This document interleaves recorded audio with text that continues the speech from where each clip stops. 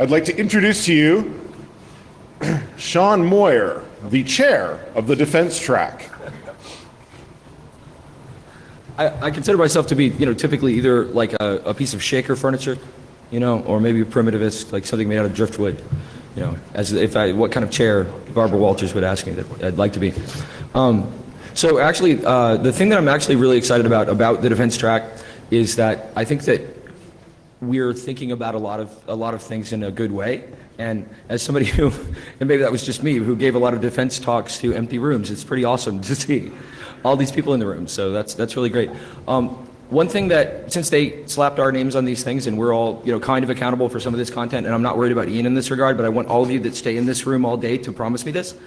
I'm not gonna, my boy Marcus, thanks for coming here instead, but my boy Marcus says cyber war is bullshit. I'm not gonna say cyber war is bullshit, but I have made a solemn promise to everyone that if you say the word cyber, that's an instant fail on the CFP. I've promised people this for a long time. So what I would like everyone to do, in case we let one slip, like an F-bomb, you just, you drop a cyber, is if you hear the word cyber, I want all of you to scream bullshit, okay? So we're gonna practice.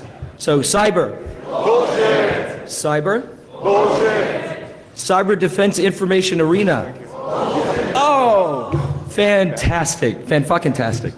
So, all right, well, so with no further ado, Ian Amit from our good friends at IOActive, actually, among other things, who's been in our line of work for a very long time and is a very interesting fellow who has a fantastic slide deck, actually, that I'm really excited about. So everybody give him a round of applause, and thanks for coming out.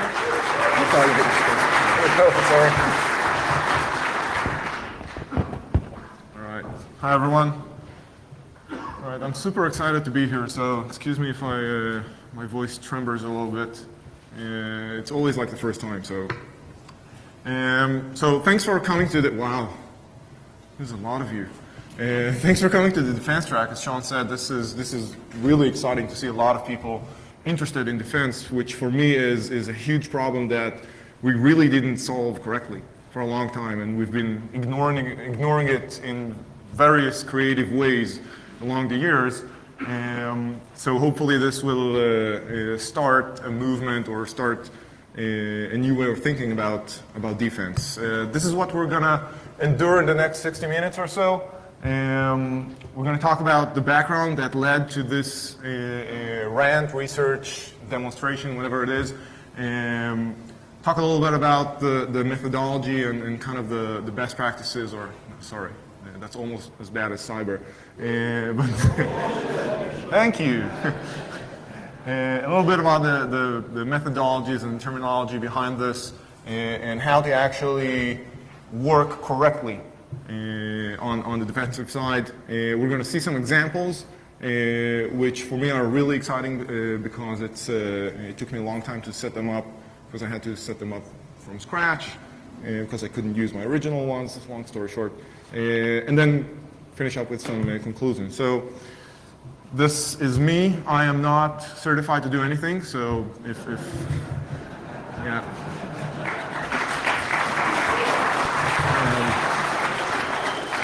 Regardless, I do have a job, like a real job in the industry, which still surprises me every time I get a new one. Recently with IOActive, I'm a hacker by trade, nature, training, a researcher, focused a lot on digging into security and in all of its aspects. I'm a really bad developer. My code runs on my machine, and my machine only. It's the best licensing scheme ever. It just works. Part of my research in the past has been focused mainly on cybercrime, and just testing you. And looking really behind the scenes and how things actually work, not just the exploits and the toolkits and stuff like that. I've also that kind of led me into looking at warfare.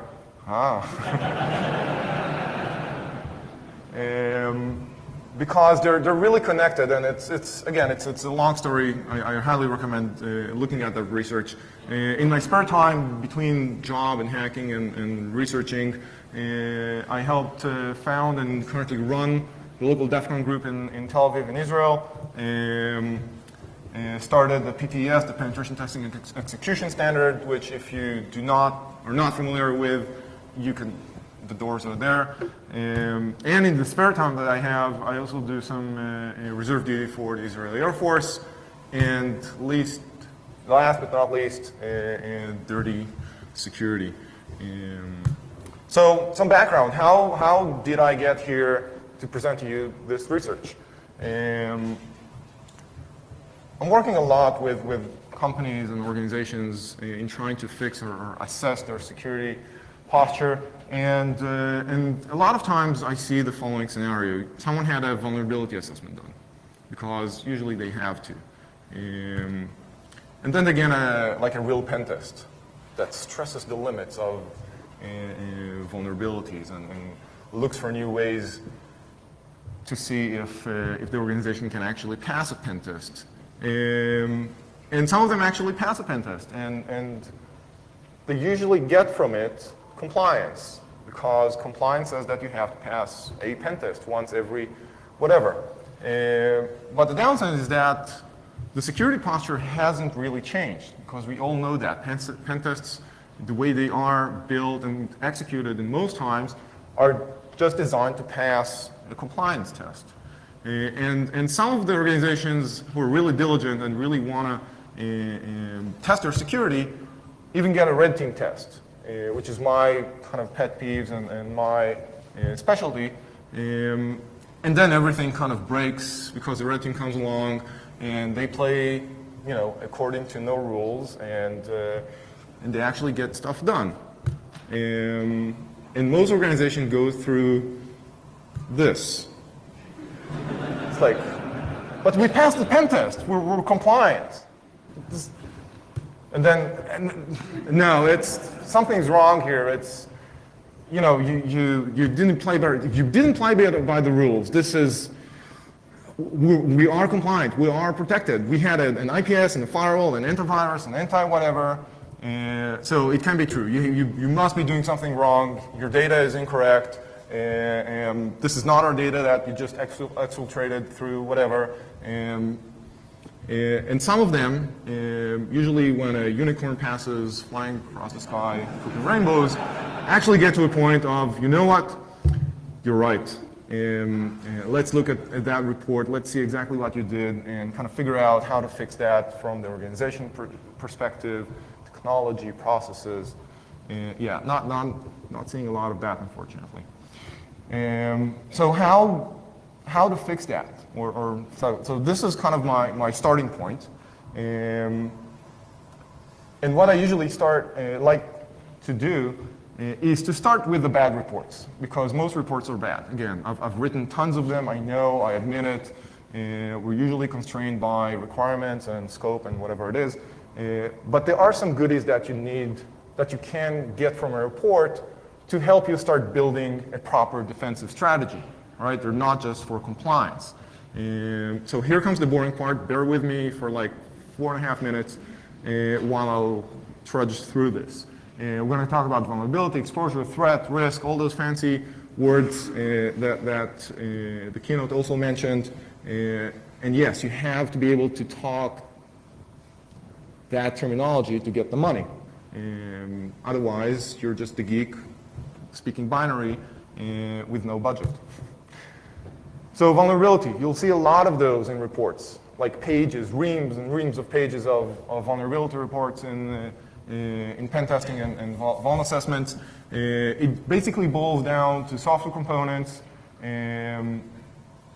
that correlate to logic and operation issues, whether in computer system, processes, procedures, and everything related to the business.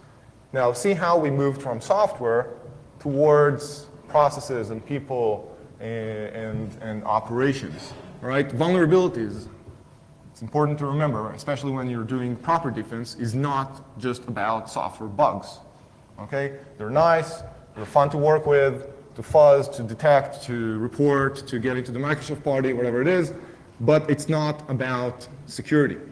All right, security is a little broader than that, and you need to be able to understand that. Some reports will actually have process flaws and logic flaws that doesn't necessarily correlate to a specific software. And then there's exposure. Huh? We're just talking about vulnerabilities. Well, exposures are the way to connect vulnerabilities to a threat model. Vulnerabilities don't just stand by themselves and need to be fixed at any cost. Forget it. All right? You need to have context to be able to prioritize, all right? Because at some point the budget's going to run out and you can't fix any more vulnerabilities.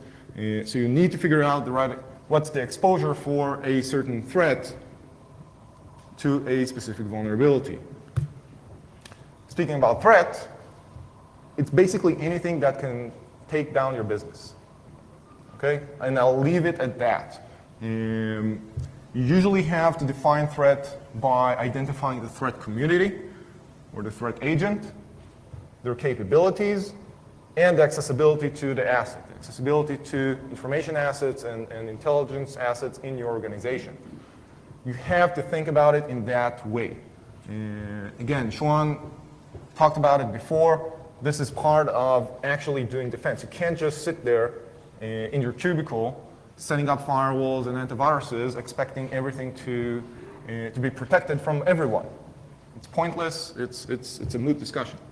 You need to identify what kind of threats you're facing so that you can adjust your defenses to them. And no one organization will have the same security strategy as another one because they're facing different threats. And then that leads us to risk. We all know the formula. Risk is basically a probability.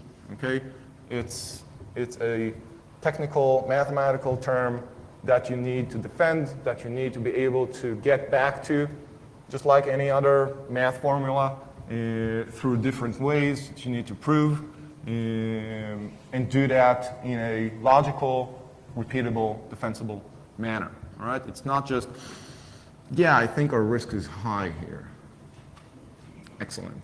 And how does that compare to the critical or medium or low? I mean, forget those lights and classifications. Try to work with numbers so you can actually, it's a little mental exercise, but it really helps you a lot towards defining what you're actually trying to protect and how bad is it right now. So let's take a look at the methodology and how we've done things. So we're done with the terminology and we're off to the fun part. So we've been doing defense for a long time. And unfortunately, we've been doing defense the same way for a very, very long time. This is how most companies' defenses look like these days. We're using firewalls the same way that people have been using walls in the Middle Ages. We're using the same kind of perimeter defenses and more internal defenses the same way that we've been using them for decades. And at some point, we lost the realization that all those defenses, all those walls are actually obstructing our view, and we're just relying on them and expecting things to come from a very, very narrow perspective. It's like, because I have this firewall and this IPS and this antivirus, I only have to worry about this much that might sneak through. Okay? That would be correct if all the vendors would have their shit done correctly, but they don't. On the other hand, this is the attacker view. This is what we're used to seeing when we're doing pen tests and red team testing and all that fun stuff, which is everything. Right? I see your defenses, I see your assets, I see your guards going to the bar when they're done for the night, I see your CEO on social media, I see your R&D talking on development forums, on the technologies that they're using and what they're developing. I basically see everything. And what you see is that little slit through your defenses.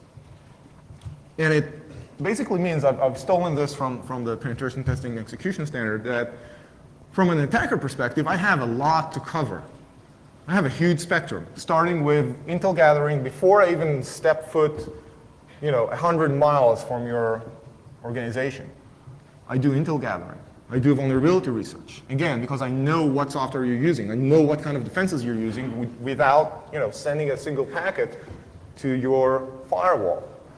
So I can already start researching vulnerabilities on those systems. And then I develop an exploit that actually works, running on your network or organization.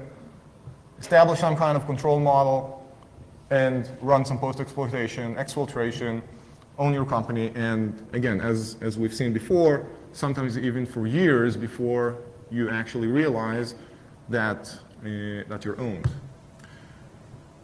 From the defender perspective, this is what we've been doing for a long time. We're doing detection and mitigation and containment. Great. So this has been our spectrum of focus in terms of defense. And this is what we need to do proper defense. We need to start, as I said before, with threat modeling. How does my organization fare up against adversaries? Who are those adversaries? What are my assets that I'm protecting? What are my protections? What are my defenses and how effective they are? Again, without even starting to analyze things, just put everything in a model and figure out what the hell am I doing here? Am I putting my defenses correctly? Am I layering them correctly? Am I compartmentalizing, whatever, my assets so they are accessible only by the people who actually need access to them? And then do some intelligence gathering on myself, because I dare not think that I know everything about my organization. How do I work? How do I look to an outside attacker? So I do intelligence gathering on myself and on my threat communities, because you need to realize, you need to study your opponent before you start putting up defenses against such opponent. Otherwise, you're just throwing money at blue lights and appliances and software. And then correlate data. We're sitting on tons of data that's super useful for us as defenders to tune our defenses, to actually see breaches, right? To get that loop much, much tighter in terms of detecting and mitigating and realizing that someone is out there to attack us before they actually send their exploits. And it's really hard because we need to remember that it's not about, and this room is full of egos, all right? It's not about egos, it's not about people, and it's not even about their skills, all right? As a defender, it's meaningless if you hire the best cyber threat analyst or reverser or developer. It's about how to use them in the right context of your business. Because they're useless if they're just putting all their efforts on some piece of software that's got nothing to do with the business. The business can lose and not even care about. We need to remember that it's not fair. It really isn't not fair. I've played both Red Team as well as Defender for a long time, and Red Team is much more fun because it's just not fair. I'm not playing by anyone's rules. I'm playing by my rules. And I will get into your organization, especially if you're not ready. So forget about fair, forget about rules and is this correct or not, because your attacker doesn't care about it. It's about having a mindset of constant improvement. Again, Sean said before, realize that you're owned. Realize that the aggressor is already inside. And now start thinking about building your defenses, about what to do, about how to handle that, and about mitigating those gaps, closing those gaps that led them in, that allowed them to get in and stay in for that amount of time. It's about identification, remediation, and again, in the context of risk. It's not about, I found a bug, let's fix it. Bullshit. It's about, I found a bug, do I care about it? Okay? It's about someone rooted our Linux server, some web server. Okay, so I'll re-image it. I don't care about it because it's somewhere in the perimeter. It's just a stupid web server. It's got nothing to do with my business. So why should it get a critical or a high in a pen test report when it's got nothing to do with my business? My cost of replacement is clicking on Amazon's AMI and just re-image, bam, done. So let's talk a little bit about mapping. Mapping is a tricky business because we're all biased. And mapping needs to be done, as I said before, in the context of the business, in the context of what am I protecting and how does my business work. How do I make money? A lot of people that I talked to in the past working in security don't even know what their organization is doing. They didn't take the time to lift their eyes above the screen and figure out, wow, it's a pretty big place. This is Black Hat. I'm trying to tone down on the... it's a pretty big place. What pays all those people? What's the business? How do we make money? And once you realize that, only once you realize that, you can start working to protect that machine, that moneymaker. And that includes processes, assets, people, technology, third parties, physical assets, everything. Again, it's not just about technology and firewalls and networks and wireless and whatnots. So you need to map your security assets as well. Again, you already have stuff in the network, correct? You gotta have firewalls and antiviruses and whatnots that make those companies make money. And map your intelligence assets. How do I feed this machine that helps me defend my organization? How do I feed this organization, my business, to help it make more money? So you need to realize where all those assets are because you want to use them correctly and not just throw money at a vendor that puts a box with blinking lights on it to make everyone happy. Once you have that done, you can start moving over to mapping exposures and issues. All right, so this is the first time that in the process that we even looked at vulnerabilities. Okay, because the first stage was to figure out what the hell am I protecting. So again, start with a report, some vulnerability assessment, PT, red team, whatever it is, and work your way up while weeding out all those Linux servers that get owned and unnecessary information that I don't really care about because it's not costing me money and it's not going to hurt my business and I don't care about it. So this is kind of a very simplified example of a threat model or mapping of assets, processes, people, vulnerabilities, and controls. It's basically, again, it's looking at the business from a business perspective.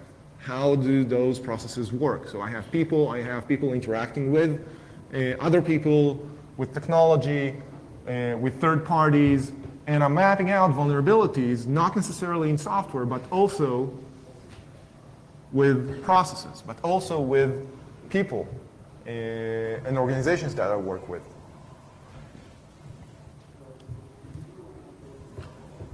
And again, I said it before, I'm going to say it again, map the threats. Without understanding, after you mapped all your business and you know how it works, now figure out who's out there to get you. Competitors, hackers, criminal organizations, governments, whatever fear, uncertainty, and doubt that anyone else will sell you. Make sure that it correlates with your model, make sure that it's relevant, and start identifying them, start learning them. Who is it out there, all right? Is it a group, is it a person, is it an entity? What are their capabilities? What should I expect when this threat community attacks me versus another threat community? It's going to be completely different because they have different capabilities, different modus operandi, as we call it, different intelligence on what they know about me and how they're going to use it. And you have to get into their heads and map out how they operate and how they think so you can adapt your defenses accordingly. Logs. Oh, I love logs. This is the best investment that you can make in your security strategy. It's data. It's storage. All right? We're going old school. The more logs you have, and you have shitloads of logs, believe me, you're just not using them correctly, the better you will be prepared to answer those questions that I've raised before about your threats, about your assets, about your exposures, vulnerabilities, whatever it is. Because you have all that information lying there and no one is really looking at it in the right context, all right? Someone might be looking at like domain controller logs and Windows logs and Linux logs and web server logs to find very, very specific issues of load, of crashes, of whatever it is. But no one's really correlating all that stuff. I've landed in McCarran here. I've seen the SIM 2.0. I think we need to be at like SIM 18.5. We're really, really far from really doing something effective with all that data. So do it yourself. It's not a big deal, trust me. In the cost of a couple of those SIM devices, you can hire a couple of good people with some Python skills and some hacking skills that will go through chunks of logs and data and information that we'll talk about later and actually make sense out of it to your organization, because that blinking light box doesn't fit the same way to your organization as it does to other organizations, right? So you need to be able, that's cool, to tune that data to your needs, to your assets. Intelligence, this is fun. Intelligence is key, and you can get it from many different places, not just RSS feeds or forums or whatever it is. You can get it from marketing and sales. Talk to the people that run the business and ask them about what is it out there against the competitors, all right? When I'm up against, when I'm shortlisted against someone else, why did I lose? Really? What is it that my competitor knows about me that I didn't know that he knows about me that got him to win that deal, all right? And look at business development. Again, the guys that are out there to look outside the company, outside the organization, and figure out how to move that big business into new areas. Partners, competitors, customers. These are all untapped resources that we're just not using, we're just ignoring when we're building a defensive strategy. This is something that we need to take into account and feed back into this wonderful machine that hasn't been built yet, that's been scripted and hacked in many, many other places to a state where it actually works, taking in all that information and crunching it to a context that fits my business. Look at early warning signs. Again, talking about logs and talking about behavior inside the organization. From the classic, my PC is slow, booting up takes like 15 minutes, not just on BlackBerries, also on PCs. Looking at indicators on other departments, like call volume to support, physical elements around the office, stuff that's changing that we're not really taking account of that might be relevant to our security posture, all right? Because physical access will correlate eventually to getting access to my network. Trust me. Sales inquiries. You'll see a lot of them here, all right? You walk around here, you'll get into drunk conversation with other hackers and people. We're going to ask you a lot of questions about your business and how many people do you have and what kind of products do you work on. It's the same questions that salespeople get all the time. And realizing that some questions might be related to intelligence gathering done on you. Probes on the website, this is the classic stuff, file permission changes throughout the network, all sorts of early warning signs that you need to be able to account for and reflect back in how you deal with security internally. My favorite, people. People are hackable just as well as computers are. And look out for stalkers, tailgaters, people who try to scope out your environment, scope out your business. Potential customers coming in, asking questions, dressed in suits, speaking the lingo, and then leaving with tons of information about how you operate and what does your business look like, and how many open sockets do you have on your network on the walls. Smokers. I smoke in conferences and mainly when I'm overseas, mainly because I need to mingle with other people who smoke. Okay, it's part of, anyone will tell you, it's part of red teaming. It's find a smoker corner, light a fag for UK friends, and strike a conversation, maybe walk back with them. Construction sites, sales leads, IT guys. These are all people who hold a lot of information and a lot of areas where you can find data on your organization, and you need to take account of it. All right, you need to be able to train back those people to identify those behaviors. And then correlate. Again, this is the magical box that correlates everything. There's stuff out there that can be used, even simple stuff that's been hacked and scripted to take into account everything that we've talked about so far. Anything from surveillance cameras to just random information fed in from RSS feeds, local news, sports, entertainment, everything that correlates to what your business does and where it does it. All right, in what country, in what time zone, in what time of the year are you doing business? There are a lot of elements that may affect whether you're going to be targeted next or not. And then you can actually start building your defensive mojo, right? Only at this point you can start putting up the defenses because you have the information.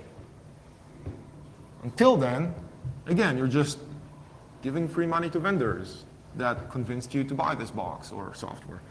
It's training people. It's investing in people to identify those things. You can't just sit there and monitor everything by yourself and try to walk the aisles and figure, oh, you haven't been here before. You moved here. Oh, you're the new guy. Never mind. It's training people to figure out what's going on and alert you or the organization about stuff that's changing. And then combining technology into the mix. Okay, technology comes last. And of course, never forget to work with others. You're not alone out there. Your organization is unique. It's okay, it's special, but there are others like it with some differences, and they face the same situation. So share information with the government, with intelligence resources, vendors, customers, competitors, as I said. Look at the AV industry, there's a lot of sharing between competitors because they realize that it's actually beneficial for them. And then assess where you are, okay? Then you can get some kind of test to verify everything that you've gathered so far to make sure that you have the right information and that you can account for it and build on top of that. And that's never going to end. That's the happy, sad part, all right? It's sad because it's never going to end. It's happy because it's kind of our job security. There is no security strategy. There is no book that you can say, there you go, boss, this is our security strategy. That's bullshit, all right? Your strategy is always going to adapt, change, move, because your business does, because your opponents do, all right? Because your assets come and go and you keep developing new stuff and you merge in new companies and you partner with new third parties. So never accept a sign-off on such a strategy, all right? Just show how you can adapt that kind of strategy to the business that keeps changing. And then again, align outwards. Compare with peers. Keep track of what's new on the offensive side. This is what you're all doing here, okay? But you're on the wrong track because you're in defense. And how it actually relates to you. Never accept a successful audit or compliance. For me, compliance is a side effect of doing defense correctly, all right? It's never the goal. When it is, it usually proves the opposite. Because when compliance is your goal, you're basically thriving to be in one with the lowest common denominator of your industry. How fucked up is that? It's like, yeah, we're compliant, we're really bad, like everyone else. And again, it's not about people or technology, it's about this thing that I keep calling this magical box. It's basically cat herding. So let's look at some examples of taking a little more initiative on your defensive posture. Counterintelligence. This may sound a little, not hostile, but aggressive, but there are ways to do that correctly and effectively to actually get something out of your defensive strategy than just sitting out there and waiting for the IDF to tell you that, oh, you've been owned for a couple of weeks now. It's owning up to your information, first and foremost. Okay? The subtitle of this presentation is taking advantage of the home field. Right? It's your territory. You own it. You know it. Use it against your opponent. Set traps.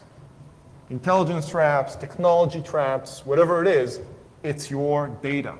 It's your home turf. Use it to your advantage. You can go to lengths such as, and we'll see some examples, like booby trapping tools, working with law enforcement. And again, most important, legal. Law is hackable, probably more than technology. You'll be surprised. And it's actually fun. Once you get the right lawyers with the right state of mind, it can be a lot of fun because it really expands on what you're focused on into law and international stuff and corporate interesting information. So let's see some examples on how we actually did some of that stuff in the past to get results, to get actionable results to organizations that we worked with in terms of mitigating the threats before they even materialized and be better prepared for them. This is one example where a threat community has been identified, and again, we kind of profiled how they're acting, where did they get their information with, who they're associating with, the tools, the forums that they're hanging out with in, and then socialize with them, for lack of better terms. Get into that forum under a false identity or under an assumed identity of someone else, and start manipulating stuff, all right? Tools are constantly published on those forums.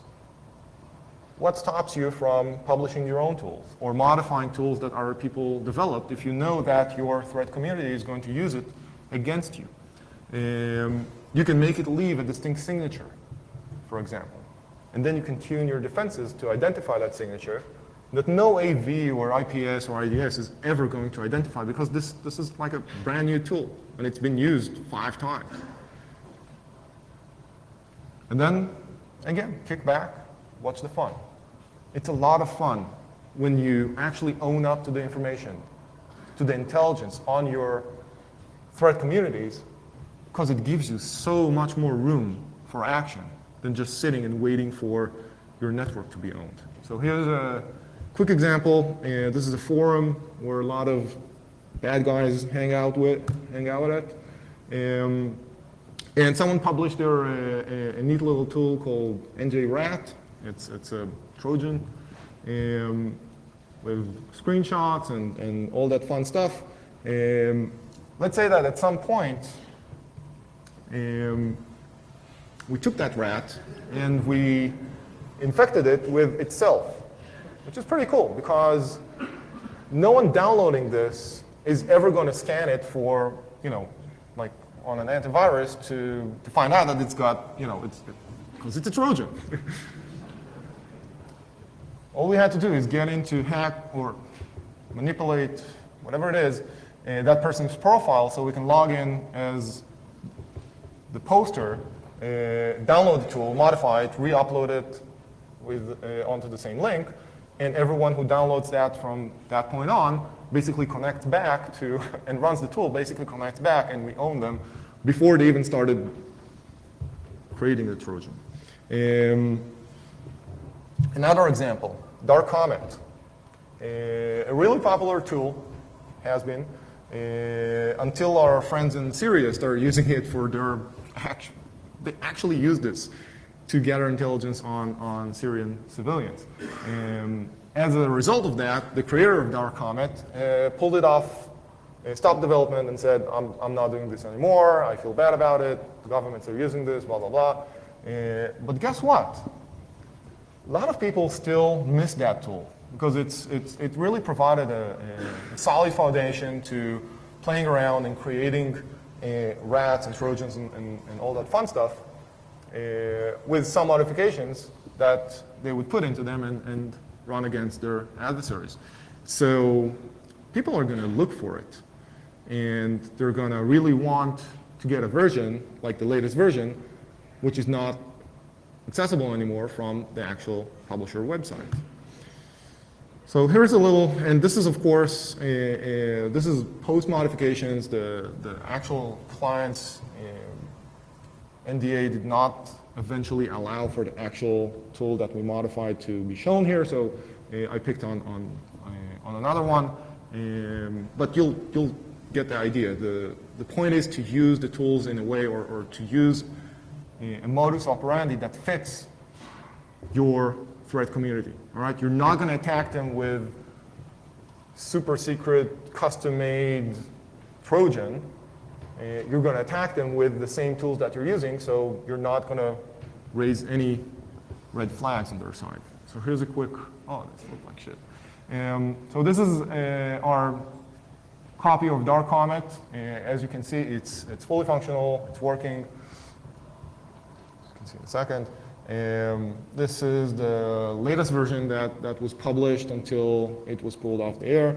Can probably speed through that a little bit.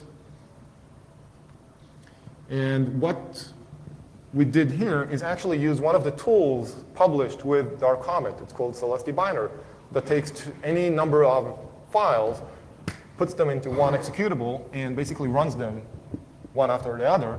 And we're using that to pack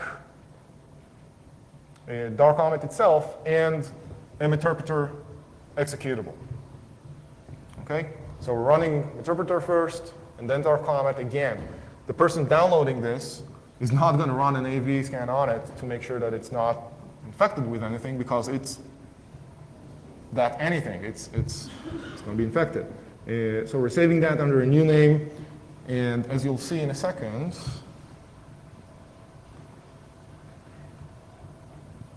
we're packing it. This is a cool tool because it does actually sometimes bypass a lot of AV signatures that might detect the original stuff that was in it. So we're running Dark Comet. We have a Meterpreter listener on the other side. This is what we're going to publish or republish as the new tool somewhere online. And as you can see, it's fully functional. It's running. It's got the same functionality and all of that fun stuff.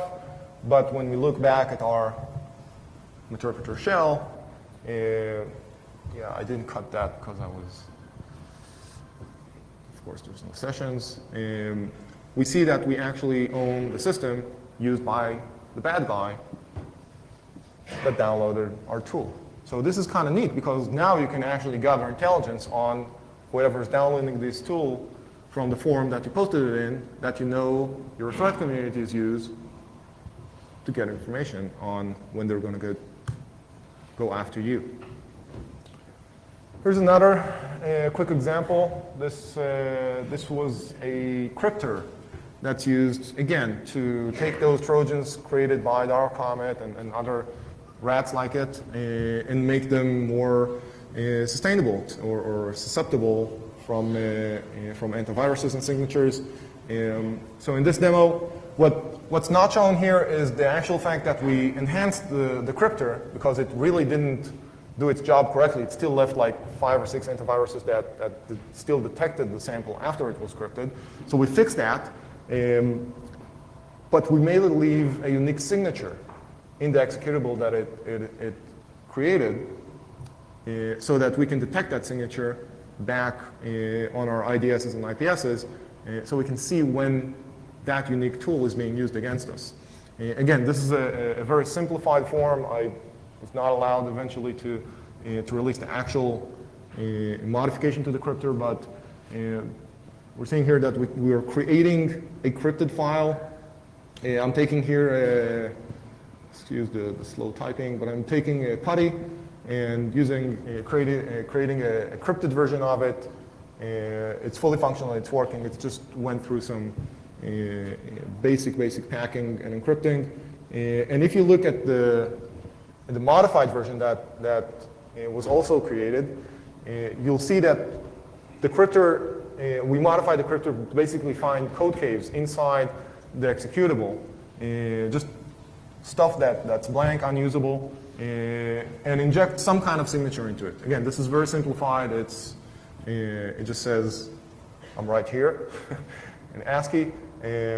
So we can take that hex signature, that binary signature, and look for it anywhere on our network, anywhere on our perimeter, anywhere on our web proxies or email filters, so that if that cryptor is used against us, we'll know in advance that this is it, and we can stop it, and we can track it back to that specific attacker. So again, this is an example from the actual running code. What you're seeing here is we've uploaded both versions of the encrypted file into a web server. We're downloading them. In the meanwhile, we're taking PCAPs. I'm going to speed through that so I won't waste our time too much. So we have PCAPs of both standard crypted tool, output, and the modified crypted output. Excuse me. Just going to let it play for a second before I. All right, so these are our PCAPs. We had this is an example of a snort rule created with the unique signature that we injected into the binaries, so we can happily detect it. Run snort on the original PCAP, that's the unmodified crypted file. Nothing comes up.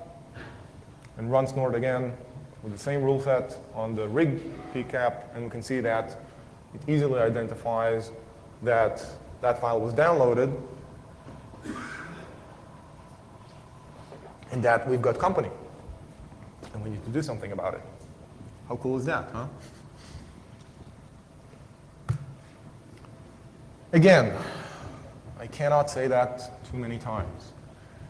Get legal advice. Okay? There are many ways to do it, and they're all creative and fun, but just doing it like this is going to get you into a lot of trouble. Adhere to the laws of where you operate, of where you're a citizen in, of where your company is registered at, and other companies. And again, there are tons of ways to do that. Take example from Microsoft. Again, the Breeder Lab takedown was a phenomenal show of not just technical savviness of bringing down a huge botnet, but on the way they actually did it. Right? They couldn't just go out there and bring down the servers, right? That would be illegal. But they found a legal loophole that by using trademark infringement claims, they could actually take down the botnet and access all of those infected computers and run things on them. That's insane, right? Kudos to the Microsoft lawyers. It's unbelievable. So again, get legal advice and use it. Get the right lawyers. Get the ones that are like, oh, you can't really do that, but if we set up a company and yeah, when you see that spark in the eyes, grab them. Some more examples.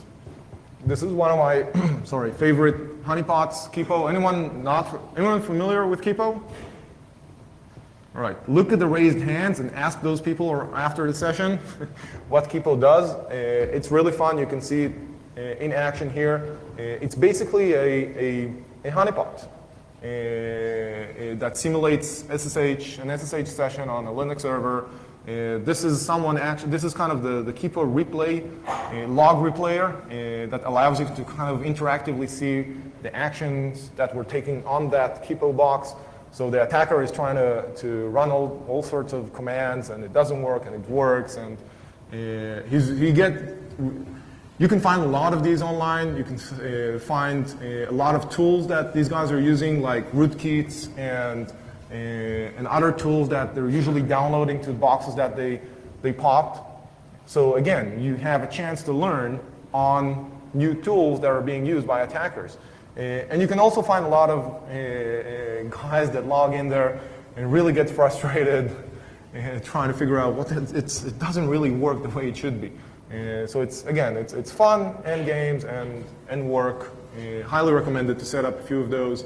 Again, in the right context. If you're an old Microsoft shop and you suddenly have, a Keepa box running SSH on it, that's not really gonna look good. This is getting frustrated. RF, and stuff is still there. Artillery. A good friend, David Kennedy, wrote this probably in a drunken stupor. But this is, again, a phenomenal tool for defenders to be able to set up on their networks and entice people to touch all those funny things. Artillery basically opens up listeners on all sorts of network ports, and anything that touches artillery gets flagged and blacklisted, and then you can actually feed it back, use artillery to feed back into your IDSs and firewalls and whatnot, to create, again, a closer, tighter intelligence loop that actually uses behavior from the outside that you're certain that is malicious, that is aggressive against you, and mitigate it on the spot. You can download it from Dave's site. And everything that we've done now had nothing to do with the technology inside, right? I didn't talk about firewalls and blacklists and IPSs, because only now is the phase that you actually can put that into play because you have all the information you need, all right? You know the signatures, you know your adversaries, you know the tools that you're using, you know your assets, so you can focus on protecting them correctly. And again, use everything to your advantage.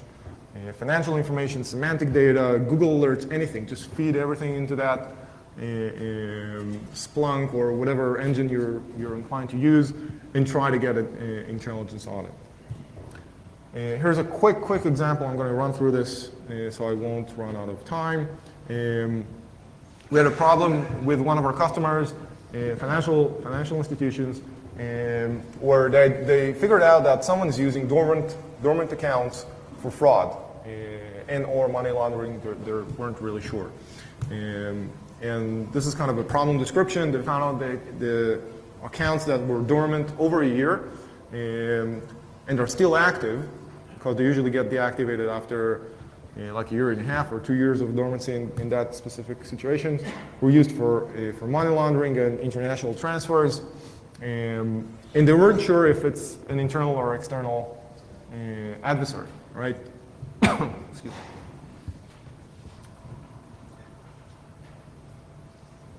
So what we did there, again, there's just huge lack of information, is take that account and create some more fake accounts that we've tagged and put them in a list. Now this list is unique because most dormant account lists are accounts to be disabled that are at least a year and a half or 2 years dormant. And in this list, we included accounts that are only a year dormant, so they're lucrative to the attacker. And we placed it in several places, in several segments of the organization: marketing, accounting, actual branch management and branches.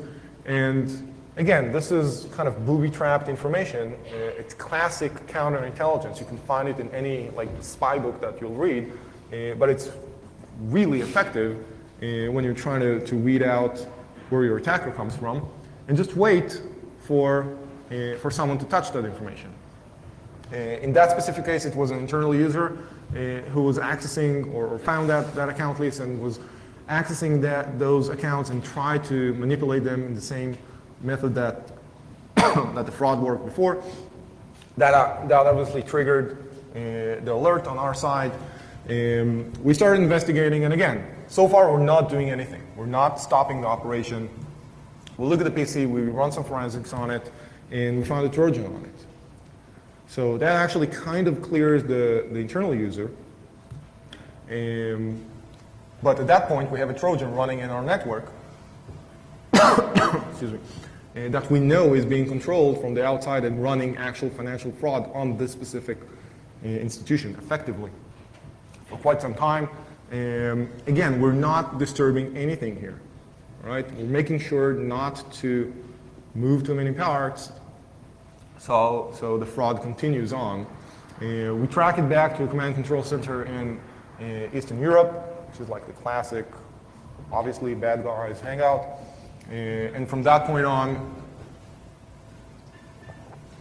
we not only cleared the guy working for us, because it wasn't really his fault. They were just using his PC in a very legitimate looking way from the inside because it was backdoored, but also worked with law enforcement to actually prosecute. So we're seeing something actually effective coming out of a defensive posture. And again, this is exactly the point to remind you, play nice with others, certs, governments, peers, competitors, because you'll see a lot of advantages when you work with them. Again, this case specifically is a good example, that it makes it much more effective. You work with law enforcement, you take down that group, all right? So it's not going to happen anymore in this specific setup. So it's actually working for you, not just an IDS saying, clean that computer. This is a very zen conclusion. Sorry for the kind of bullshit, but it really is. The whole is greater than the sum of its elements. It's not just picking technologies and solutions. It's figuring out how the business works and then starting to build defenses inside of it. This is my call for action for vendors. Start doing actual shit and listening to your customers and not trying to fit kind of a one size fits all for everyone. Understand that you need to communicate with information, that you need to process things that are not just software and bugs. Loosely typed data, language processing abilities, so you can actually work with intelligence and turn it into something that I can use defensively. And again, correlation across sources and across time. I need to be able to look at the timeline and find the story in it. For defenders, own up to your data. Come on, there's no point of just cherry picking products and saying, all right, that looks best practice, that'll protect me. Own up to your data and be proactive about it. Gather intelligence on your adversaries and on yourself. Realize how do you look to an adversary and fix that stuff. And then focus defenses on assets, not on best practice, not on CISP, whatever book, I've never read it, but and forget those best practices. They're best for everyone, but not for you. And take the initiative. Again, it's not a cuss word, and you can do a lot of stuff with legal, sorry, to be a little more proactive on your defensive strategy. That's it for me. Thank you very much.